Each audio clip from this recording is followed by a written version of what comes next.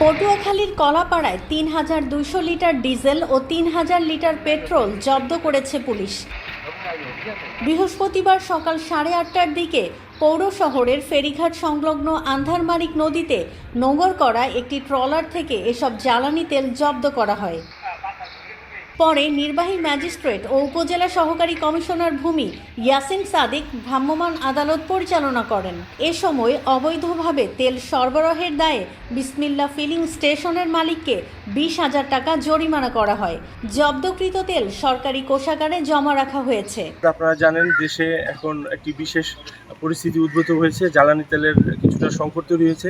এই প্রেক্ষাপটে আমাদের কলাপাড়া উপজেলা ফেরিঘাট এলাকাতে আজকে সকালে 31 ব্যারেল তেল জব্দ করা হয়েছে। এখানে 15 ব্যারেল পেট্রোল এবং 16 ব্যারেল ডিজেল রয়েছে।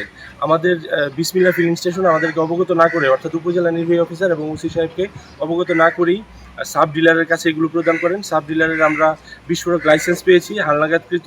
তবে যেহেতু আমাদের পেট্রোল পাম্পটি ভোক্তা অধিকার সংরক্ষণ আইন 2009-এর 45 ধারা অনুসারে যথাযথভাবে এটি বিতরণ করেনি, তাই তাদেরকে আমরা জরিমানার আওতায় নিয়ে এসেছি। তাদেরকে 20,000 টাকা জরিমানা করেছি, অনাদায়ে 1 মাস বিনাশ্রম কারাদণ্ড প্রদান করেছি।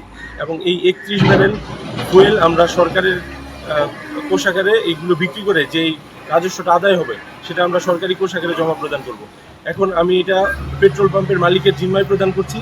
তিনি এগুলো আনলোড করে তার নিজস্ব শ্রমিকের মাধ্যমে এটা ডিস্ট্রিবিউট করে দিবেন এবং এর মাধ্যমে যে আয়টা হবে এটা আমরা দ্রুততম সময়ের মধ্যে সরকারি কোষাগারে প্রদান করব। তিনি আরও জানান, তেল মজুতদার ও অবৈধ ব্যবসায়ীদের বিরুদ্ধে অভিযান অব্যাহত থাকবে। Next level, well done, side by side fridge.